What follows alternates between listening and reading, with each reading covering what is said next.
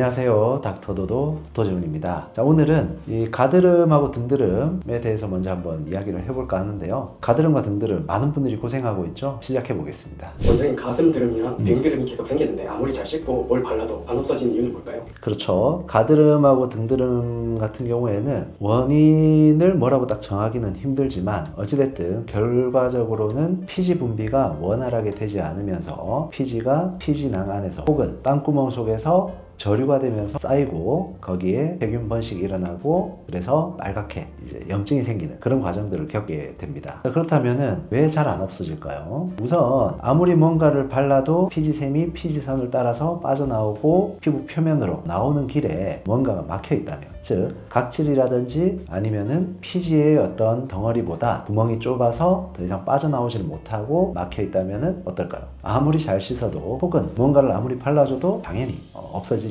않겠죠. 그리고 우리가 피지선이 한번 늘어나면은 수축을 해서 피지가 빠져나오도록 짜줘야 되는데 그러한 탄성이 떨어지게 됩니다. 그런 경우에는 아무리 뭔가를 개선을 시키려고 해도 단기간에 좋아지진 않는 거죠. 자, 그래서 이런 경우에는 병원에 오셔서 당분간이라도 치료를 좀 받으시는 것을 권합니다.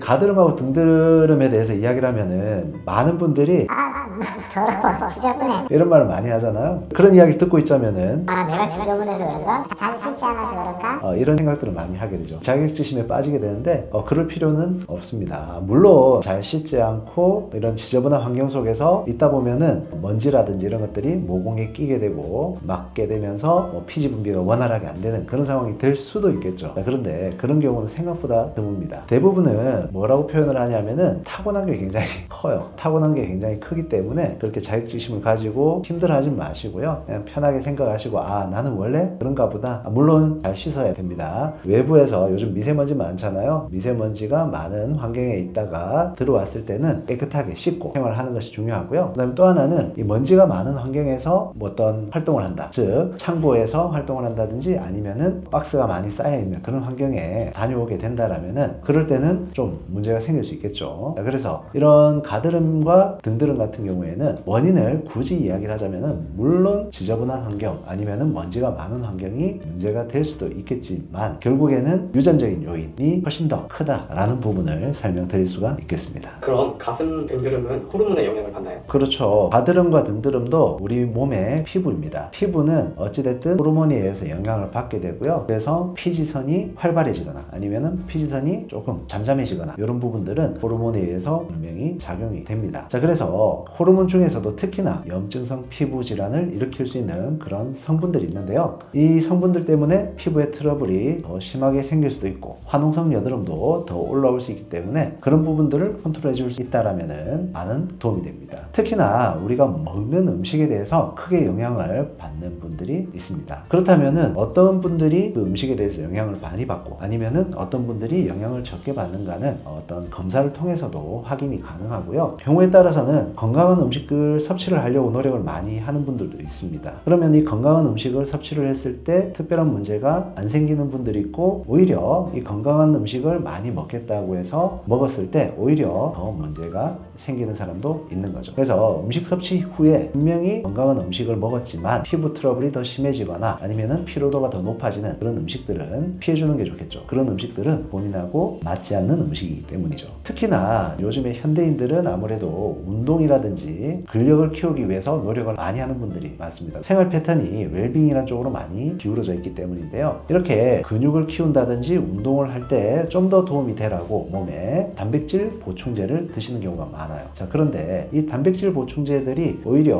문제를 일으키는 경우가 많기 때문에 실제로 운동을 하실 때 이 단백질 보충제를 드셨을 때 문제가 되는 분들은 단백질 보충제를 끊는 것이 굉장히 중요한 해결책 중에 하나가 될 거고요. 이 단백질 보충제를 먹는 모든 사람들이 문제가 되느냐 하면 그렇지는 않습니다. 이 부분에 대해서는 역시나 음식과 마찬가지예요. 본인하고 맞지 않는 분들은 이 부분은 좀 피해주는 것이 좋다라는 겁니다. 자, 그리고 이 피부가 좋지 않거나 아니면 염증성 여드름이나 트러블이 많이 올라와서 병원을 찾는 분들이 많죠. 그렇다면은 가장 기본적으로 해야 되는 부분은 홈케어입니다. 홈케어라는 것 중에서도 음식에 대한 부분은 굉장히 중요한 부분을 차지하고 있기 때문에 음식에 대한 조절은 반드시 지켜주는 것이 좋습니다. 자, 그렇다면은 이 호르몬에 대해서 되게 궁금하죠. 어떤 분들은 제일 먼저 떠오르는 게 남성 호르몬 혹은 여성 호르몬 이런 거죠. 자, 그런데 호르몬에는 남성 호르몬, 여성 호르몬만 있는 것이 아니고요. 성장 호르몬도 많이 들어보셨을 거예요. 그리고 스트레스 호르몬이라고 이야기하는 들어보셨을 거고요. 이 뇌에서 분비하는 호르몬들도 종류가 굉장히 많고요. 우리 몸에서 분비하는 호르몬들도 종류가 굉장히 많습니다. 그 중에서 스트레스를 받으면은 또 다른 호르몬의 분비 때문에 이 호르몬의 균형이 깨지게 되고 그로 인해서 피부의 염증 반응이 굉장히 강하게 나타나고 또 피부에 트러블이 생길 수가 있다라는 걸 기억하시면 되겠습니다. 자, 그런데 중요한 부분은 뭐냐면은 이런 피부가 한번 뒤집어지게 되면은 사실 회복되는 게 굉장히 어렵다는 거. 이게 굉장히 중요한 포인트예요. 피부 장벽에 대해서 이야기를 많이 들어보셨을 거예요. 피부 장벽이 무너졌다라고 이야기를 하는데 이랬을 때는 피부 장벽이 회복되도록 잘 케어를 해줘야 되고 그런 케어가 상당 기간 유지가 되어야지 피부가 회복이 됩니다. 즉, 내가 피부 장벽이 무너져서 이번에 병원에 가서 치료를 받고 왔어. 그래서 피부 장벽이 회복이 된 것 같아. 이건 큰 착각이죠.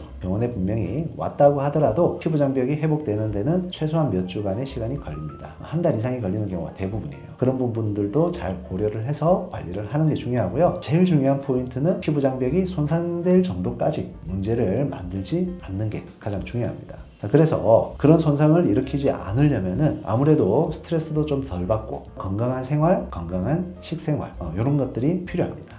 또 한 가지가 보자. 잠을 안 자는 경우가 있죠. 잠을 안 자는 경우. 밤새 잠을 안 자고 유튜브를 보고 텔레비전을 보고 이런 것들을 보면은 다 똑같은 것 같아요. 스트레스를 받으면은 잠을 안 자고 그렇게 푸는 경우도 있고요. 퇴근을 하고 나면은 그런 잠자는 시간이 아까워서 자꾸 딴짓을 하게 되는 그런 상황이 되는데 사실 그 자체도 상당히 좋지 않은 습관이에요. 왜냐하면은 우리가 스트레스를 풀기 위해서 그런 텔레비전도 보고 빈둥거리기도 하고 유튜브도 보고 이렇게 하는데 그렇게 잠을 안 자는 행위조차도 엄청나게 스트레스를 유발시키는 요인이 되는 거죠. 즉, 잠을 안 자는 거는 이 스트레스 중에서도 어떻게 보면 극강의 스트레스를 유발을 하게 됩니다. 그래서 이 수험생들이 이렇게 공부를 할 때 피부가 많이 뒤집어져요. 그 수험생들은 심지어는 잠도 잘 못 자기 때문에 더더욱 심해지는 거고요. 밤에 잠을 안 자는 거는 정말 심각한 문제를 야기시킬 수가 있습니다. 그래서 제가 환자분들께 항상 강조하는 게 나하고 잘 맞는 음식을 섭취하는 거, 피부 장벽이 손상되지 않도록 창상 피복제라든지 이런 걸 잘 발라주는 거 이런 걸 강조를 하는데 역시나 잠을 잘 자주는 것도 중요하다라고 이야기를 하는 게 필요한 거죠. 그리고 잠을 안 자는 걸로 스트레스를 받는 걸로 그걸로 끝이 나는 게 아니고 신체 리듬이 깨지는 순간부터는 모든 것들이 흐트러지기 시작합니다. 즉, 잠을 안 자게 되면은요 오장육부라고 표현을 하죠. 그런 장기들의 기능조차도 다 떨어지게 됩니다. 그렇게 되면은 콩팥이라든지 간이라든지 이런 애들도 문제가 생기고요. 심지어는 잠을 정말 안 자면은 심장에도 무리를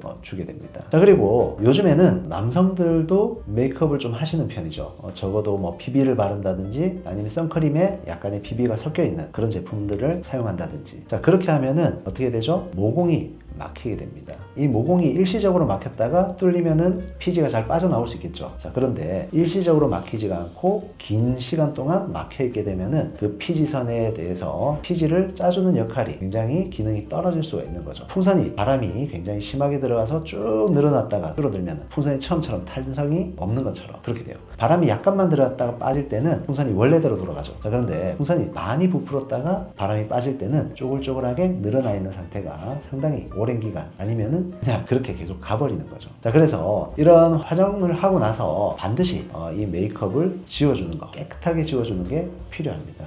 모공을 막아서 피지선이 기능을 제대로 못하게 만드는 것은 가능하면 피하는 게 좋겠죠. 자, 그리고 이렇게 좀 잘 씻지 않아서 아니면 깨끗하게 클렌징을 하지 않아서 문제가 되는 경우도 있지만은 또 경우에 따라서는 이 화장품의 성분들이 본인 피부와 맞지 않는 경우가 있을 수가 있습니다. 이 코메도제닉이라고 표현을 하는데요. 실제로 여드름을 강하게 유발시킬 수 있는 성분들이 몇 가지가 있습니다. 그래서 요즘에는 화장품을 만들 때 이 코메도제닉이라는 성분들을 제거를 하고 제품을 만들기도 하죠. 화장품에 보면은 광고를 할 때 논 코메도제닉이라고 표현을 하게 돼요. 자, 그런데 코메도제닉이라는 성분들을 다 제외를 한다고 해서 모든 분들에게 이 여드름이 올라오지 않느냐라면 꼭 그렇지도 않아요. 대부분의 사람들에게 안전하다라고 알려진 물질들이 몇몇 분들에게는 문제가 생길 수가 있는 겁니다. 그래서 화장품을 바꿀 때는 반드시 조심스럽게 유심하게 관찰을 하면서 이 제품이 나하고 안 맞지는 않은지를 확인한 다음에 충분히 사용을 하는 것을 권고드립니다.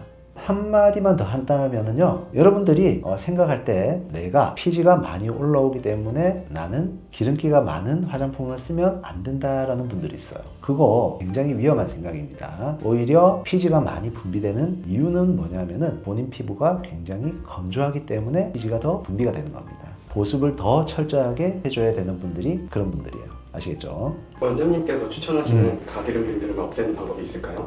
정말 중요합니다. 정말 중요하고 이게 가장 중요한 포인트입니다.